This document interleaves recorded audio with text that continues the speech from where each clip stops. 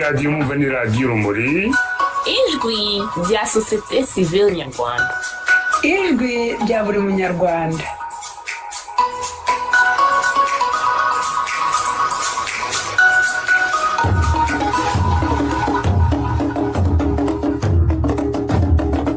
nusiba kumva radiyo Urumuri uzabeshywa byinshi.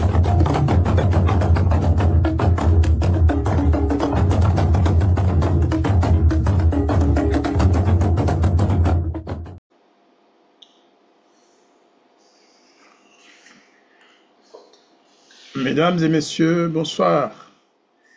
Nous avons passé une semaine de pause pour vous laisser vous reposer, suivre l'actualité tranquillement et aussi de notre côté quand même prendre un peu de recul pour observer, pour mieux comprendre certaines réalités d'événements qui se passent dans la région des Grands Lacs, mais aussi pour observer le comportement des auditeurs, des téléspectateurs, non pas seulement de nos chaînes, mais aussi des autres médias sociaux, et notamment observer quand même quelque chose, un phénomène qui n'est pas plaisant nécessairement, que sur certaines chaînes, dans certains milieux, les médias sociaux sont devenus antisociaux, parce que j'ai constaté que beaucoup de stars de YouTube ou autres passent leur temps à insulter, à mentir, à condamner à mort pratiquement leurs camarades ou leurs concurrents parce qu'ils veulent avoir des vues, views comme on dit. Et ça c'est déplorable, si bien que ce qu'on appelle les médias sociaux sont quelque part devenus antisociaux. Disons les choses. Mais ce n'est pas l'objet de cette émission ce soir. Nous voulons parler plutôt d'un sujet un sujet qui évoque plus la tristesse, la souffrance, le mensonge, la tricherie qu'autre chose. Le titre de l'émission de ce soir, c'est Vérité cachée sur l'assassinat des 3 présidents rwandais et burundais depuis 1990 à ce jour. Qu'est-ce que, par exemple, le tribunal pénal international nous a caché et qui l'a fait? Comment ont-ils procédé pour cacher toutes les vérités qui auraient pu changer le cours de l'histoire et changer le narratif sur les événements qui se passent aujourd'hui dans notre région, y compris la guerre de RDC actuelle, parce qu'elle trouve aussi ses racines dans les guerres du Rwanda et du Burundi. Ces derniers temps, par exemple, un certain Moïse Nyarugabo, maître Moïse Nyarugabo, avocat de son État, mais aussi membre de l'AFC M23 et Twirwaneho, il a donné des conférences en 3 parties. Pour l'instant, il ne totalise que 250 minutes, c'est-à-dire quand même 2h30 ou plus d'émission, face à une même journaliste, la journaliste la plus suivie du Rwanda aujourd'hui. On dit parfois qu'elle est membre du M23, peut-être vrai, peut-être pas, mais en tout cas, elle parle souvent au nom du M23 et bien sûr, ces émissions, c'est souvent pour vanter les exploits de ses frères du M23. Donc, dans l'émission qu'elle a eue dans l'interview qu'elle a eue avec Moïse Nyarugabo, il y a beaucoup de vérités finalement qui sortent. Aujourd'hui, nous parlons des vérités cachées. Nous considérons quand même que Maître Moïse Nyarugabo a été plus ou moins sincère. Pourquoi? Nous y reviendrons demain dans une émission spéciale réservée et, j'allais dire, une émission qui sera vraiment consacrée. Ce n'est pas pour lui donner beaucoup d'importance, mais il nous a fait des révélations, dont certaines étaient connues, mais il a dit des choses. Il a démontré sans complexe que les guerres, les 5 guerres ou les 6 guerres que le Congo a connues depuis 1996, voire avant, il a même parlé de l'époque des Maï Moulélé, eh bien, il a révélé que toutes ces guerres, nous le savions, mais nous n'osions pas nous le dire. C'est l'intéressé lui-même qui raconte avec fierté que c'était des guerres Tutsis, que c'était des Tutsis qui combattaient le régime de Kinshasa. Il explique, on y reviendra demain dans une émission consacrée à cette interview, à ces interviews, parce qu'il en a déjà donné 3, peut-être qu'il y en aura une 4e. En concluant, il dit que, et ça c'est très important, qu'il l'ait dit maintenant, il dit que même s'il y avait un accord de paix, que ce soit entre le Congo et le Rwanda, ou un accord de paix entre la RDC et le M23 AFC, qui conclurait que les rebelles devaient quitter les zones occupées aujourd'hui, lui, Moïse Nyarugabo, hier encore, ou avant-hier encore, sénateur, député,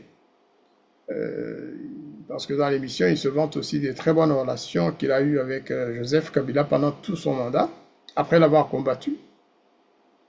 Et il révèle même que pendant qu'il était encore sénateur ou député, il rendait visite à Laurent Kunda, qui était dans la brousse encore en train de combattre la RDC, et qu'il le disait à Joseph Kabila. Donc ils étaient au courant tous les deux.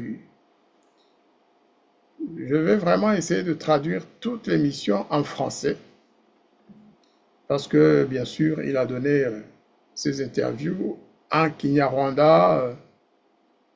Il dit qu'il parle Kinyamulenge, mais en fait, je n'ai pas eu l'impression qu'hier il parlait Kinyamulenge, il parlait Kinyarwanda avec le même accent que les Banyarwanda du Rwanda. Il n'y a pas d'accent Banyamulenge dans ces interviews. C'est un Nyarugabo rwandais qui parlait. Alors ce soir donc, nous allons aborder un sujet, comme je vous l'ai dit, qui peut à la limite être révoltant. Elle a été révélée dans une lettre ouverte envoyée par le grand journaliste Ali Youssouf Mugenzi, un ancien journaliste de la BBC, qui est aujourd'hui à la retraite. Et il a donc écrit une lettre officielle à l'ancienne procureure générale du tribunal pénal international pour le Rwanda, Madame Louise Arbour, de nationalité canadienne, qui doit être aujourd'hui, sinon sénatrice chez elle, ou alors une fonction aussi haute que celle-là. C'est une dame qui a été vraiment récompensée pour ce qu'elle a fait, ou pour ce qu'elle n'a pas fait, parce qu'on lui avait demandé de ne rien faire. Elle a été récompensée aujourd'hui, elle est très importante dans le système canadien. Je vais lire la lettre, sans ajouter ni retrancher un mot, parce que je considère que c'est un courrier, d'abord qui est écrit avec le cœur de Youssouf Mugenzi que je connais. C'est un homme très honnête, parfois même trop honnête, et qui dit ce qui lui vient du cœur. Cher Ali Youssouf Mugenzi, je te salue. Quand tu suivras cette émission, tu sauras que ça vient de moi, que c'est moi qui ai traduit ta lettre, qui était à l'origine en anglais, je l'ai traduite en français, et donc je la partage avec nos auditeurs, les auditeurs de la Voix des Grands Lacs. Lettre ouverte à Louise Arbour sur la vérité occultée du génocide rwandais de 1994. Par Ali Youssouf Mugenzi, la lettre a été publiée le 10 août 2025 par le journal The Rwandan. The Rwandan, c'est un journal indépendant qui publie beaucoup de choses intéressantes, et donc comme je le lis, comme je suis tout ce qui sort dans les pages de Rwandan, j'ai senti qu'il fallait absolument que les auditeurs francophones en prennent connaissance. En anglais, il utilise des termes très simples, avec respect, mais en disant ce qu'il faut dire. Chère Louise Arbour, c'est Ali Youssouf Mugenzi, le grand journaliste, qui écrit. J'espère que ce message vous trouvera en bonne santé et de bonne humeur. En tant que personne ayant consacré une part importante de ma carrière au journalisme et à la défense de la vérité sur le Rwanda et le Burundi, et compte tenu de votre âge avancé, si vous êtes en train de réfléchir à votre passé et de méditer sur la vie après la mort, je vous exhorte à inclure dans cette réflexion votre mandat en tant que procureur en chef du Tribunal pénal international pour le Rwanda, TPIR, pour les raisons que j'expose dans cette lettre. Vous avez trahi les Rwandais en compromettant la résolution 955 de l'ONU, adoptée le 8 novembre 1994, qui a établi le Tribunal pénal international pour le Rwanda, TPIR, dans le seul but de poursuivre les personnes responsables de génocide et d'autres violations graves du droit international commises sur le territoire du Rwanda, et les citoyens rwandais responsables de génocide et d'autres violations similaires commises dans les États voisins entre le 1er janvier 1994 et le 31 décembre 1994, c'est-à-dire une période d'1 an. C'est très important que Ali Youssouf Mugenzi ait insisté sur cet élément parce que certains pensent que le TPIR est encore compétent pour juger des crimes commis en dehors de cette période. Donc en termes temporels, le TPIR était quand même limité. Mais même pour cette période, il n'a pas fait son travail. Ali Youssouf continue. À la suite de vos décisions, le TPIR a mené ses procédures sur la base d'hypothèses spéculatives selon lesquelles des extrémistes Hutus auraient abattu l'avion du président Habyarimana. Alors même que l'équipe d'enquête du TPIR vous avait fourni des informations impliquant directement le président Paul Kagame, des membres de son gouvernement et de son armée dans l'attentat contre l'avion présidentiel, événement qui a déclenché le génocide. Ça, c'est un point très important que nous soulignons de temps en temps dans les messages ou les documents que nous dressons, mais avec moins de bonheur peut-être que ce que vraiment écrit Ali Youssouf, parce que c'est très bien écrit. Alors, il poursuit sa lettre en disant, plutôt que d'agir sur la base de ces preuves, vous les avez dissimulées et elles restent encore à ce jour non divulguées. Par conséquent, le Tribunal pénal international pour le Rwanda a conclu ses procédures en ne poursuivant que les Hutus, puisque c'est l'instruction que Mme Arbour et les autres qui ont suivi avaient reçue. Vos décisions ont gravement compromis la possibilité d'une véritable réconciliation entre Hutus et Tutsis. C'est Ali Youssouf Mugenzi qui parle et qui écrit, ce n'est pas moi. Alors je poursuis.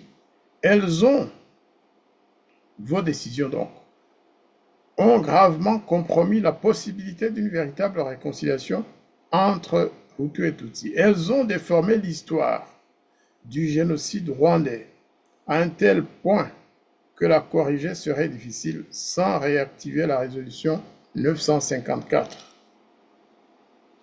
Vous avez établi un précédent dans l'histoire des Nations Unies en ne menant pas l'enquête sur un acte de terrorisme international, l'attentat contre un avion présidentiel transportant 2 chefs d'État en exercice de retour d'un sommet de paix. Un tel acte a infligé un préjudice durable à la réputation des Nations Unies. Et Ali Youssouf de poursuivre, les décisions que je mets en cause sont les suivantes. 1. Le démantèlement de l'équipe nationale du TPIR, Tribunal pénal international pour le Rwanda, chargé notamment d'identifier là où les personnes responsables de l'attaque au missile du 6 avril 1994. Je reprends. Les décisions que je mets en cause sont les suivantes. Le démantèlement de l'équipe nationale du TPIR, chargé notamment d'identifier là où les personnes responsables de l'attaque au missile du 6 avril 1994, c'est-à-dire le missile qui a abattu l'avion du président Habyarimana, dans lequel il est mort avec son homologue burundais Cyprien Ntaryamira. 2. La dissimulation du rapport confidentiel d'enquête, mémoire interne, de l'équipe nationale qui contient des détails sur l'attaque au missile contre l'avion présidentiel rwandais ayant entraîné la mort du président Juvenal Habyarimana, du président burundais Cyprien Ntaryamira, de l'équipage français et de toutes les personnes à bord. 3. Les décisions que Ali Youssouf Mugenzi met en cause. 3. L'arrêt de l'enquête sur l'attentat contre l'avion du président Habyarimana. Un acte de terrorisme international tombant sous le coup du statut du TPIR en tant que violation de l'article 4 en lien avec l'article 3 commun aux conventions de Genève. Vous seul, Louis Arbour, pouvez expliquer pourquoi l'équipe nationale responsable de cette enquête cruciale a été dissoute.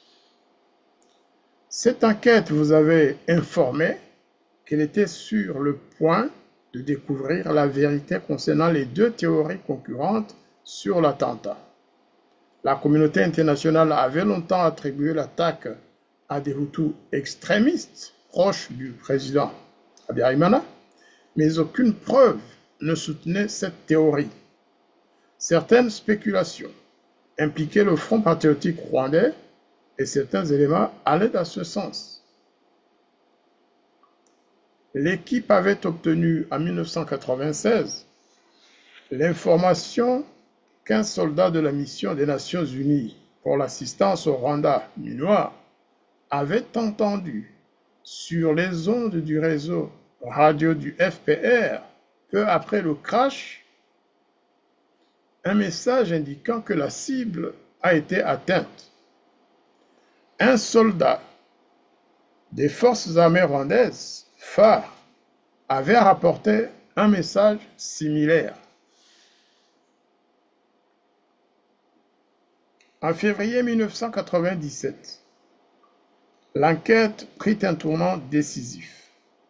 3 témoins coopérants potentiels se présentèrent, 2 se connaissant mutuellement, le 3e étant indépendant. Ça, c'est en 1917, pardon. Tous étaient membres ou anciens membres du Front patriotique rwandais et de par leurs fonctions, en mesure de connaître personnellement la véracité des informations fournies. Les renseignements, bien que non vérifiés, étaient extrêmement détaillés, jusqu'à nommer les individus impliqués dans la planification et l'exécution de l'attaque. Les sources affirmaient que Paul Kagame, alors chef du FPR, avait mis en place un réseau et avec ses proches conseillers, avait exécuté le plan visant à abattre l'avion présidentiel à l'approche de l'aéroport de Kigali. Je répète cette phrase.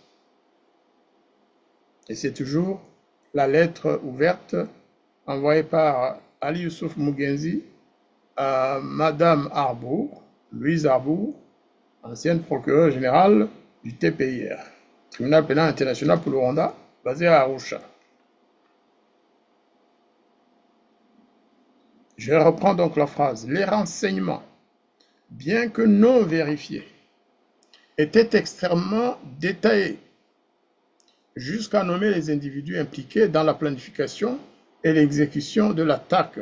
L'attaque, c'est-à-dire le lancement de missiles contre l'avion du président Habyarimana. Les sources affirmaient que Paul Kagame, alors chef du FPR, avait mis en place un réseau et avec ses proches conseillers avait exécuté le plan visant à abattre l'avion présidentiel à l'approche de l'aéroport de Kigali. Ces enquêtes, c'est 1997. Il n'y a pas de doute. Effectivement, nous avons eu tous, du moins les gens qui suivaient le dossier, nous avons eu accès à toutes ces données qui ont finalement été détruites ou cachées tout simplement, mais nous possédons encore les copies de tous ces rapports-là. En dissimulant ce mémo interne confidentiel, vous avez contribué à façonner un récit douteux sur le drame de 1994, laissant perdurer des zones d'ombre, des vérités cachées, et ce qui apparaît comme une justice différée. Les conséquences continuent de se faire sentir dans les communautés concernées, entravant toute coexistence pacifique entre Hutus et Tutsis. Vous seul, Madame Arbour, pouvez révéler où se trouve ce document confidentiel et justifier pourquoi vous avez choisi de le retenir plutôt que de permettre aux juges au pluriel, aux juges du tribunal pénal international d'en décider de la valeur. Après avoir lu l'affidavit de Michel Hourigan, chef de cette équipe nationale, j'ai imaginé l'intensité de votre confrontation avec lui. Toute personne de bonne foi comprendrait sa démission, parce que M. Hourigan, qui était chef enquêteur, a fini par démissionner parce que son cœur ne lui permettait pas de continuer à travailler dans des conditions où il fallait cacher la vérité. Vous seul, donc, pouvez révéler où se trouve ce document et justifier pourquoi vous avez choisi de le retenir, plutôt que de permettre au juge du TPIR d'en décider la valeur.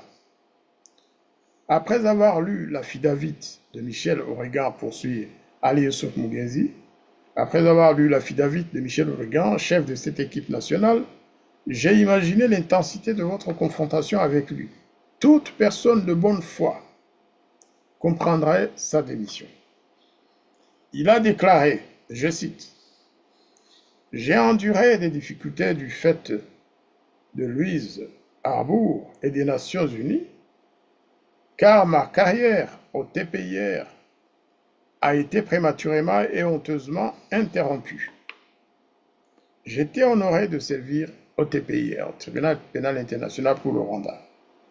Mais je ne pouvais continuer à travailler pour la juge Arbour quand, selon moi, elle agissait pour des motifs personnels contraires aux intérêts du Tribunal pénal international pour le Rwanda, contraires aux intérêts des Nations Unies et de la communauté internationale. » Alors, il continue en reprochant à Louise Arbour, en lui disant « Vous l'avez soumis à des pressions. » C'est-à-dire, elle a soumis Hourigan, le chef de l'équipe chargée d'enquêter au Rwanda, vous l'avez soumis à des pressions lorsqu'il a refusé d'adhérer à votre affirmation selon laquelle l'enquête sur l'attentat contre l'avion sortait du champ de compétences du TPIR. Alors, Hourigan continuait dans son rapport, il a écrit « Elle proposa que le mandat du TPIR se limitait uniquement aux événements survenus pendant le génocide qu'elle situait après le crash de l'avion. » Alors que beaucoup de choses s'étaient déroulé entre le 1er janvier 1994 et le 6 avril 1994. Donc tout ce qui venait avant le 6 avril, Mme Arbou a éliminé ça et a extrait ça du champ d'application de la résolution, ce qui est très grave. Le crash de l'avion n'a pas été pris en compte et c'était la seule façon en fait de faire taire M. Hooligan qui avait trouvé les éléments prouvant qu'avant le crash de cet avion, il y avait déjà eu des éléments, le complot avait été conclu entre Kagame et ses agents, et que tout s'est préparé avant le 6 avril. Hooligan déclara: « J'ai été stupéfait par cette affirmation. J'ai rappelé que le mandat temporel du TPIR s'étendait du 1er janvier 1994 au 31 décembre 1994, ce qui incluait clairement la date du crash. J'ai également évoqué les dispositions du statut du TPIR relatives au terrorisme et au meurtre. » Il poursuivait: « C'était la première fois qu'elle affirmait, elle, Mme Arbou, bien sûr, c'était la première fois qu'elle affirmait que cette affaire était hors du mandat du TPIR. Je lui ai rappelé que je l'avais déjà personnellement informée de nos investigations sur le crash et qu'elle n'avait jamais exprimé d'avis selon lequel ce dossier devait être exclu des enquêtes du TPIR. Avant de faire de toute façon son rapport, c'est après qu'il en ait discuté avec Mme Arbou, la procureure. C'est la logique, même avant que M. Hooligan, l'enquêteur spécial, le chef de l'équipe d'enquête, ne fasse ses enquêtes d'abord, puis son rapport. Il en avait parlé avec Luisalbo. Donc, ça veut dire que quelque chose a changé entre les instructions reçues au départ et la sortie du rapport. Donc, pour lui, Mme Arbou a dû recevoir des instructions. J'ai été stupéfait, dit-il, par cette affirmation. J'ai rappelé que le mandat temporel du TPIR s'étendait du 1er janvier 1994 au 31 décembre 1994, ce qui incluait clairement la date du crash. J'ai également évoqué les dispositions du statut du TPIR relatives au terrorisme et au meurtre. Il poursuivit: « C'était la première fois qu'elle affirmait que cette affaire était hors du mandat du TPIR. Je lui ai rappelé que je l'avais déjà personnellement informé de nos investigations sur le crash, et notamment il lui avait confié tous les éléments trouvés dans l'enquête, c'est-à-dire même les noms des officiers du FPR qui avaient été témoins de cette affaire, de ce crash, de ce complot pour assassiner Abiyarimana. Et le dossier a été classé. Déjà, à l'époque, avant que plus tard, les veuves des victimes ne portent plainte en France. Alors, la juge, continue M. Hooligan, la juge devint alors hostile et me demanda si je remettais en cause son autorité à m'ordonner d'arrêter nos investigations sur le crash. Vous voyez, regardez effectivement, Ali Youssouf Mougazi dit: j'ai du mal à imaginer la souffrance que M. Hooligan a endurée lorsqu'il s'est vu intimer l'ordre d'arrêter ses enquêtes. Il a travaillé pendant des mois, 2 ans je pense, de travail ou 3. Et à la fin on lui dit: arrête ces enquêtes, ce n'est plus conforme au statut du tribunal international pour le Rwanda. Alors que justement son recrutement, la mission qu'il avait reçue, c'était cela. Et on lui a dit: arrête tout ça. Et la juge est alors devenue très hostile. Elle m'a demandé si je remettais en cause son autorité. Je lui ai répondu que je ne remettais pas en cause son autorité, seulement son jugement. Je lui ai indiqué que j'étais son subordonné et que j'obéirais à ses instructions.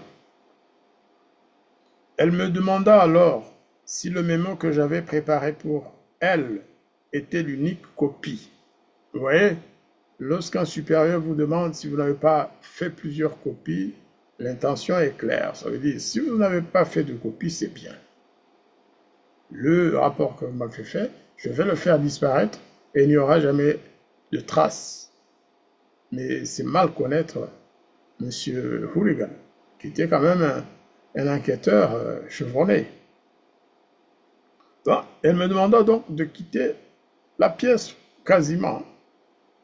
Et après avoir rangé, je lui ai répondu que oui, hein, il a menti, hein, mais pour une bonne cause. Il a dit, oui, c'est la seule pièce, c'est la seule copie qui me reste. Alors elle dit qu'elle était ravie de la prendre et il rangea la copie que je lui ai donnée dans son armoire. Puis, elle me demanda de quitter la pièce, son bureau.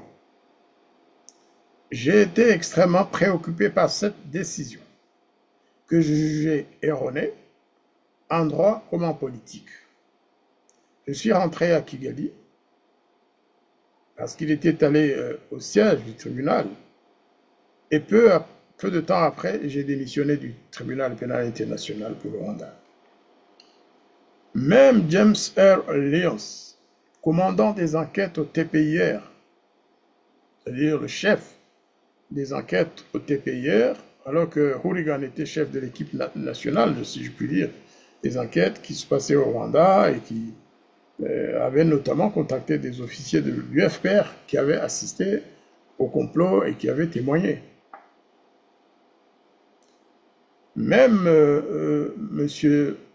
James Lyons, commandant des enquêtes au TPR, s'est opposé à votre décision de clore l'enquête sur l'attentat homicide, car c'était un acte terroriste de terrorisme international qui relevait clairement du statut du TPIR comme violation de l'article 4, lié à l'article 3 commun aux conventions de Genève.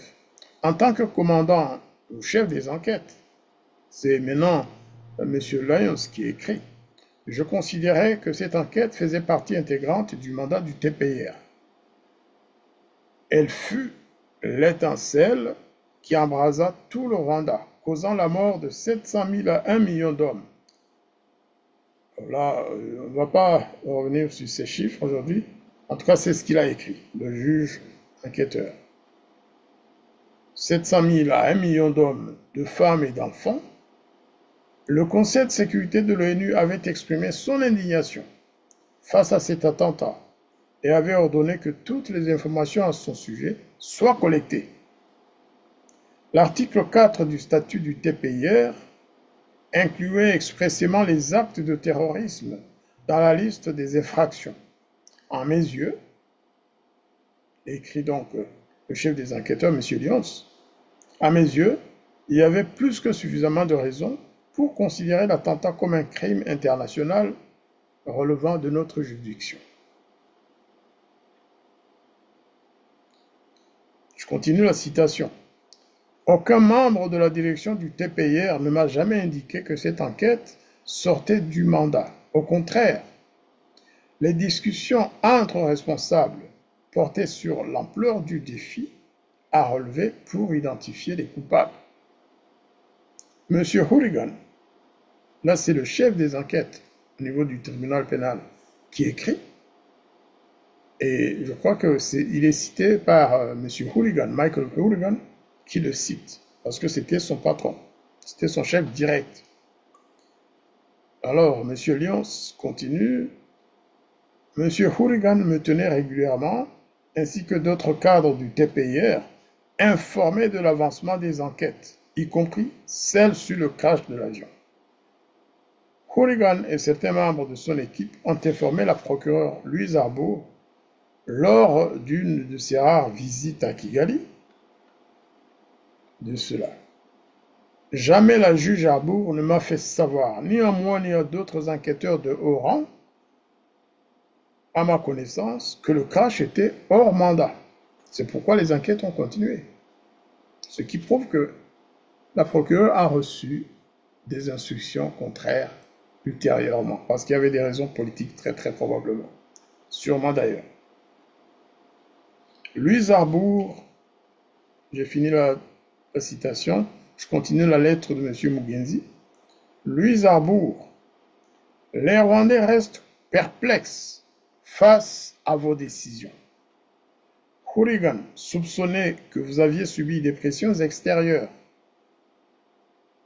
Parce qu'il a écrit, Hourigan a écrit, entre guillemets, je pense que des personnes inconnues au sein de la direction de l'ONU et peut-être ailleurs ont exercé des pressions sur la juge Arbour pour qu'elle mette fin aux enquêtes de l'équipe nationale sur l'attentat contre l'avion du président Abiyarimana.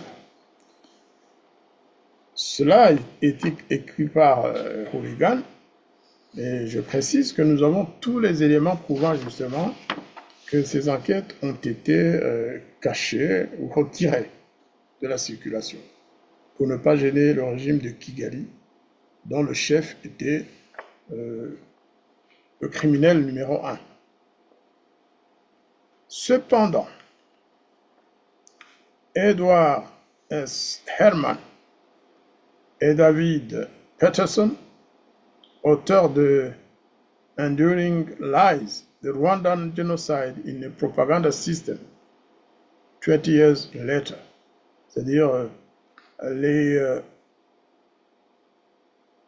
le génocide du Rwanda dans le système de propagande 20 ans après. Alors il dit, les deux, M. Edward S. Herman et David Peterson, vous tiennent directement responsable. Il qualifie vos actions de fiat. Alors, je ne comprends pas exactement ce que ça veut dire. Elle précise qu'elles furent menées en dehors du mandat du TPIR et non par décision du tribunal. En fait, ça veut dire que c'est des faits qu'elle a fait elle-même, mais elle ne fut pas menée dans le cadre du TPIR, que c'est donc une décision externe. Après la condamnation de Jean Kambanda, l'ancien Premier ministre du gouvernement intérimaire, celui qui était Premier ministre pendant la période couverte par l'enquête du génocide, vous avez déclaré la condamnation de Jean Kambanda et celle de Jean-Paul Akayesu 2 jours plus tôt sont les étapes les plus significatives à ce jour dans l'éradication de la culture d'impunité au Rwanda et ailleurs dans le monde. Comment avez-vous pu faire une déclaration aussi absurde en conservant dans vos dossiers le rapport confidentiel de l'équipe nationale? C'est une question que lui pose le journaliste Ali Youssouf Mugenzi, qui est toujours là, qui est à Londres. Un grand journaliste qui a couvert tous les événements concernant les malheurs du Rwanda, concernant le génocide, concernant les guerres du Congo, concernant tout ce qui s'est passé depuis avant même qu'il n'aille à la BBC, il travaillait à Radio Rwanda. Et donc, il a vraiment tout couvert. Il lui pose cette question. Comment avez-vous pu faire une déclaration aussi absurde en conservant dans vos dossiers le rapport confidentiel de l'équipe nationale? Votre déclaration passait sous silence les méthodes illégales qu'auraient utilisées les procureurs sous vos ordres, peut-être avec votre accord, pour extorquer un plaidoyer de culpabilité à l'ancien Premier ministre Jean Kambanda, lequel a immédiatement rétracté sa déclaration de culpabilité après sa condamnation, citant de nombreuses œuvres déloyales du procureur et de son avocat, de nombreuses manœuvres, déloyales du procureur et de son avocat. Les auteurs de Enduring Lies, c'est-à-dire Edward S. Herman et David Peterson, qualifient votre déclaration de tactique superficielle, citant John Laughlin dans A History of Political Trials. Ainsi, la condamnation historique d'un ancien chef de gouvernement pour génocide par un tribunal international condamnation elle-même utilisée pour obtenir d'autres verdicts de culpabilité reposait en réalité sur un homme plutôt confus qui a immédiatement rétracté son aveu, affirmant l'avoir fait sous la contrainte, par crainte pour la sécurité de sa famille et suivant les conseils d'un avocat ami du procureur qui l'avait mandaté. C'est toujours M. Hooligan qui parle. Lors d'une rencontre privée à Londres en 2012 avec le président burundais Pierre Nkurunziza, RIP, je lui ai demandé pourquoi son gouvernement restait silencieux sur la mort du président Nariamira. Son président tué, plutôt le président Nariamira tué, aux côtés du président Habyarimana le 6 avril 1994.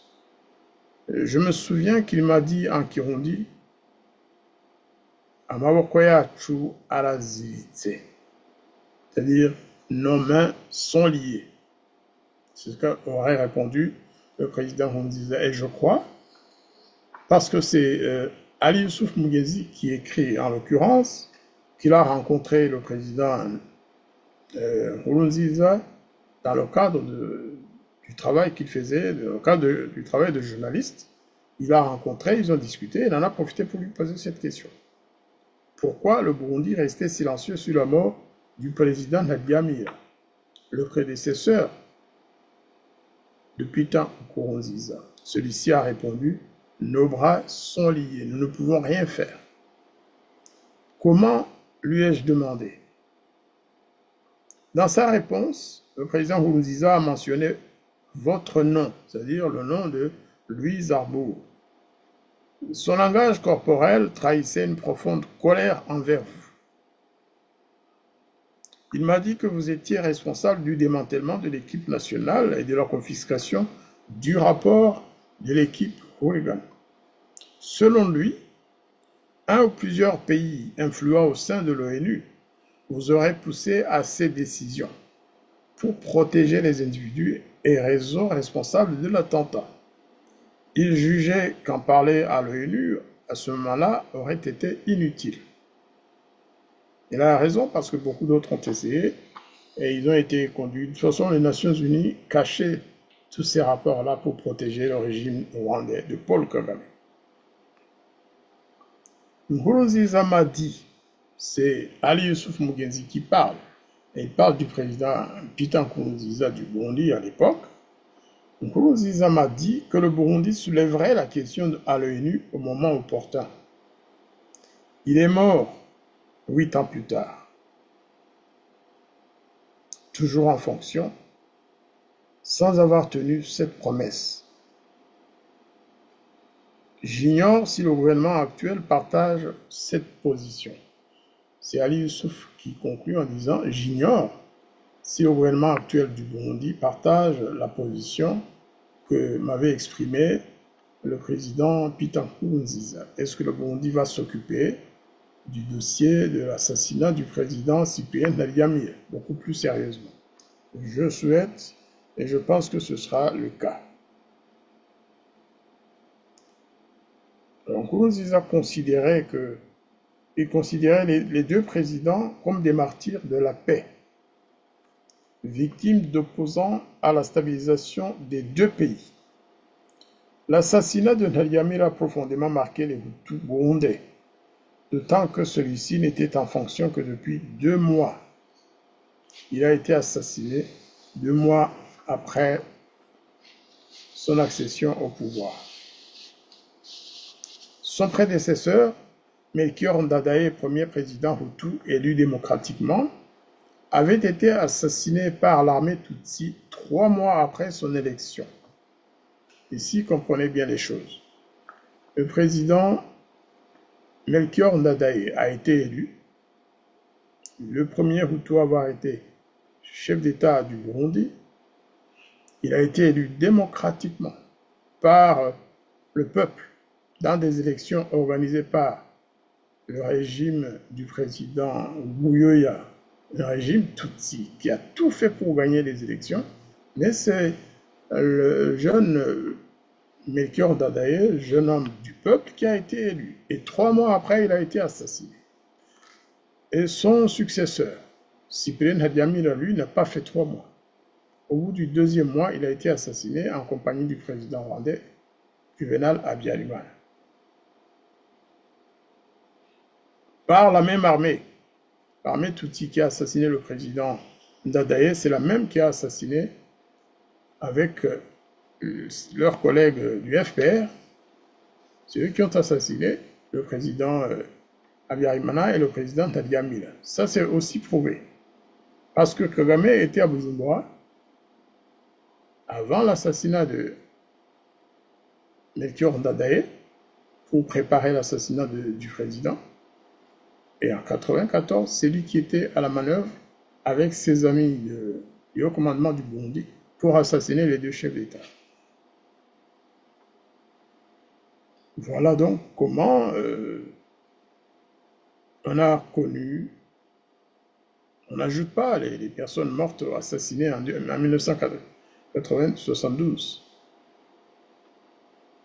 Mais un élément que Ali Youssouf Mugenzi a relevé qui est très important, c'est que tous deux, c'est-à-dire Ndadaye et Naliamila, tous deux avaient grandi au Rwanda comme réfugiés après la mort de leurs parents lors du massacre d'écoliers et d'intellectuels Hutus en 1972, estimé à environ 200 000 morts. Moi, les chiffres que j'ai déjà depuis 1972, on parlait de 300 Hutus assassinés pendant cette période-là, 72, voire plus,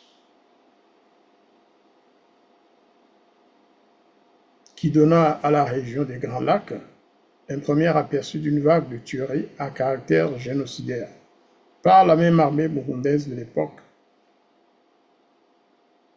une armée qui était monoethnique et exclusivement Tutsi. Louis Arbour, c'est Ali Youssouf Mugenzi qui l'interpelle une fois de plus. Louis Arbour, je vous exhorte vivement à dire la vérité sur vos décisions. Partagez toutes les informations pertinentes, même si cela est difficile, est la seule voie pacifique pour régler le conflit Hutu-Tutsi sur le pouvoir et la justice, qui a causé tant de pertes humaines. Les questions non résolues que vous avez laissées pèsent encore dans les cœurs rwandais et burundais, alimentant méfiance et chagrin. On ne peut bâtir l'avenir sur des demi-vérités ou des mensonges, tout simplement. Ce n'est qu'en affrontant ouvertement le passé que le Rwanda et le Burundi pourront espérer une réconciliation sincère et une véritable guérison. En agissant ainsi, vous contribuerez à protéger l'humanité contre la manipulation, la désinformation et les mensonges. De plus, cela pourrait faciliter la réactivation de la résolution 955 que vous avez compromise, et cela vous vaudrait peut-être le respect des peuples rwandais et burundais que vous avez trahi. Moi, j'ajouterais. Sinon, préparez-vous au jugement divin inévitable, au cours duquel les esprits d'environ 1 500 000 victimes, y compris les anciens présidents Cyprien Hadiamila et Juvenal Habyarimana, seront convoqués pour témoigner contre vous pour violation de la résolution 955. Si je meurs avant vous, je reprends, excusez-moi de réagir parce que l'auteur de cette lettre est un ami. Il écrit « Si je meurs avant vous, mon âme sera parmi eux. Si je vous survis, je les rejoindrai plus tard. J'essaierai de convaincre Michael Hourigan de plaider pour la sanction divine la plus sévère à votre encontre. Mieux vaut dire les choses tard que jamais. Au revoir, Ali Youssouf Mugenzi. Voilà la lettre que notre ami Ali Youssouf Mugenzi a écrite à Louise Arbour. C'est une lettre, c'est vrai, sévère, mais pour ce qu'elle représente, la lettre n'est pas assez sévère. Ce n'est pas une lettre méchante en tout cas. Il reprend la vérité qui est contenue dans des lettres, dans des rapports qu'a laissé feu Michael Hourigan, qu'ont laissé d'autres juges ou enquêteurs du tribunal pénal international pour le Rwanda. Et voilà comment la vérité sur cette période dramatique de notre pays, de notre région, le Burundi, le Rwanda et même la RDC, la guerre qui se passe aujourd'hui, découle quelque part de ce qui s'est passé au Rwanda en 1994 et même avant. J'ai retenu dans l'émission dont je vous ai parlé au début de cette chronique, M. Moïse Nyarugabo, avocat de son État, rebelle aujourd'hui, il disait en fait que les Banyamulenge et les Tutsis de la région avaient rejoint le FPR pour libérer la région de ceux-là qui n'étaient pas Tutsis. C'est incroyable comme il l'a dit avec fierté pour montrer que de toute façon, s'ils n'obtiennent pas leur province, il l'a dit aussi dans ses émissions, il a dit que si jamais on voulait obliger l'AFC et le M23 à quitter les zones qu'ils occupent aujourd'hui, eh bien qu'ils mettraient le feu et qu'ils n'accepteraient jamais de quitter leur province. Il l'a dit clairement, que tout ce qu'ils demandent, c'est un pays fédéral, que le Congo doit être géré comme les États-Unis, comme une fédération. Il l'a dit. Et nous ne pouvons pas quitter nos provinces. Nous avons compris qu'en quittant, en allant à Kinshasa ou dans d'autres provinces, nous laissons derrière nos populations qui sont détestées et qui vont être massacrées par les autres tribus de la région. Et en fait, ça veut dire qu'il ne croit pas à sa congolité. Même après négociation, même après signature d'un accord de paix, il dit que lui et ses camarades n'iront plus jamais à Kinshasa. Sauf s'ils ont deux armées, une partie de leur armée actuelle qui irait à Kinshasa pour les protéger et protéger les autres Tutsis de la région de Kinshasa, tandis qu'une autre partie resterait à l'est pour protéger les populations Tutsis. Ce n'est plus une nation, ça. Ce n'est plus une nation. C'est même pire qu'une sécession. Voilà ce qui se passe lorsqu'on accepte que des populations, majoritaires ou minoritaires d'ailleurs, pensent que le pays leur appartient en premier pour des raisons ethniques ou autres. Alors comme je vous l'ai promis, demain je reviendrai sur les 3 interviews de Maître Nyarugabo et surtout de la logique qu'il a développée dedans, qui prouve, qui montre que ce qui préoccupe ce monsieur avec ses camarades, c'est les populations Tutsis, c'est tout. Les autres populations viennent en second, parfois il en parle, mais pour lui, ce sont les populations Tutsis. Alors il aggrave exprès le sort des populations Tutsis de la région. Il commence par le sort des Tutsis depuis 1960 et même avant 60, l'époque des molélistes. Il remonte dans le temps jusqu'à aujourd'hui pour démontrer que les Congolais, les Congolais des autres tribus n'aiment pas les Tutsis. Aussi simple que ça.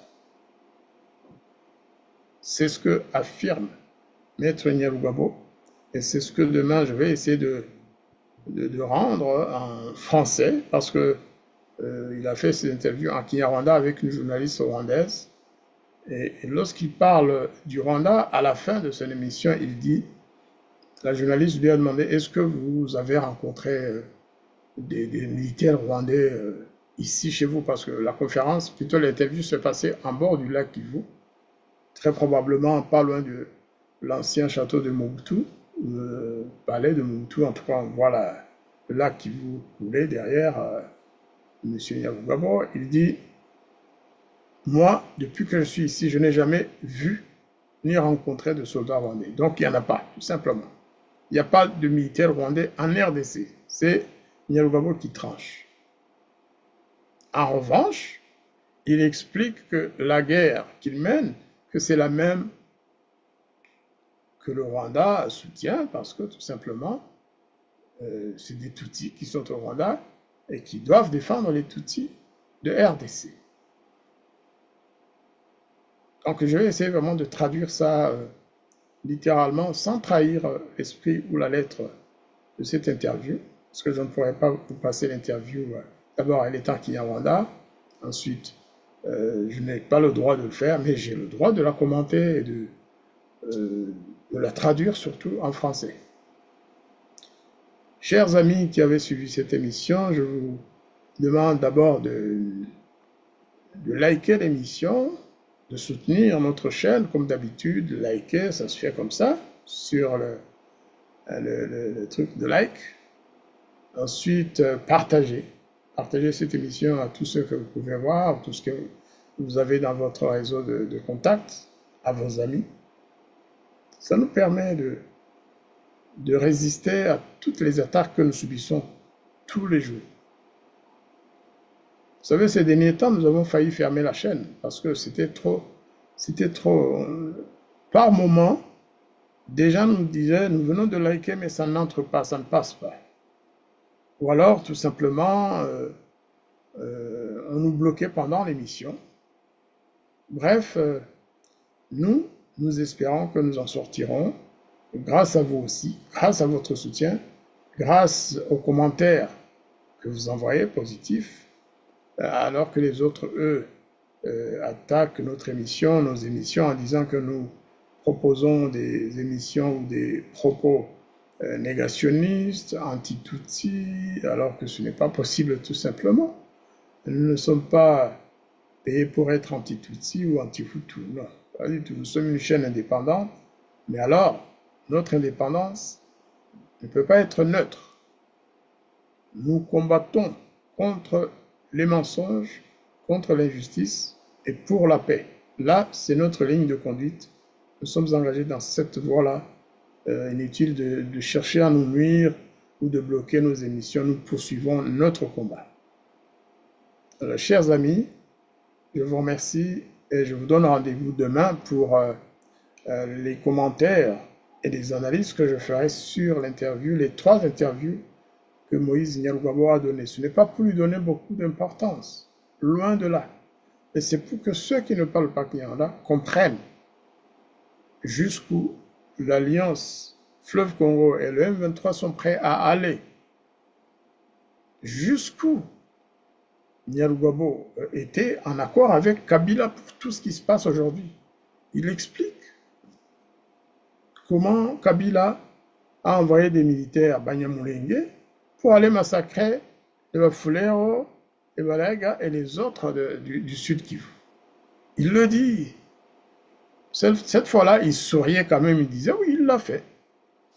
Il nous a donné des militaires, nos jeunes qui étaient dans l'armée à Kinshasa et ailleurs, il les a regroupés pour les envoyer pour tuer les populations qui nous menaçaient dans le Sud Kivu. Vous voyez, ça c'est Joseph Kabila. C'est antinational qu'il l'ait fait. Un chef d'État ne peut pas faire ça. Il aurait dû essayer de protéger toutes les populations, y compris les Banyamulenge. Mais au lieu de ça, il a envoyé des militaires choisis, Banyamulenge, pour aller massacrer les populations du Sud Kivu. Et c'est le terme qu'il utilise, pour aller les tuer, afin de protéger les Banyamulenge. C'est l'intérêt que je porte à cette interview, divisée en 3 parties. Très important. Eh bien, je vous remercie une nouvelle fois et vous donne rendez-vous donc demain soir pour cette émission sur les déclarations de M. Moïse Nyarugabo qui parfois donnent vraiment froid dans le dos. C'est anti-congolais, mais en plus, c'est pour lui, les Tutsis passent avant tous les autres. Donc, ils sont prêts aujourd'hui à éventuellement se faire massacrer. C'est ce qu'il dit. Je préfère mourir ici chez moi, dit-il, dans le Kivu, au sud et nord. Parce qu'il dit, nous au sud et les autres Tutsis du nord, nous préférons mourir sur nos terres plutôt que de retourner à Kinshasa ou dans les autres provinces du Congo où nous serions tués et nous ne serions même pas enterrés. C'est ce qu'il dit. Moi, j'ai trouvé ça très intéressant qu'ils le disent. Je ne suis pas du tout de son avis parce que c'est antinational, mais au moins les gens savent à quoi s'attendre. Ceux qui croient que Doha constituera la fin de la guerre, ils se trompent. À moins que, dit-il, on adopte le fédéralisme qui permet à l'AFC M23 de rester dans le nord Kivu et dans le sud Kivu et d'avoir une armée locale composée des Tutsis pour protéger les populations Tutsis. Voilà ce qu'il a dit. Merci donc et à demain.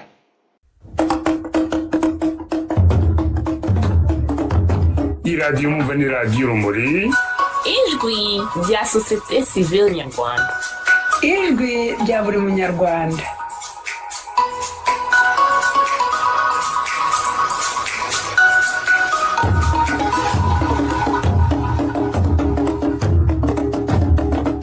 nusiba kumva radiyo urumuri uzabeshywa byinshi.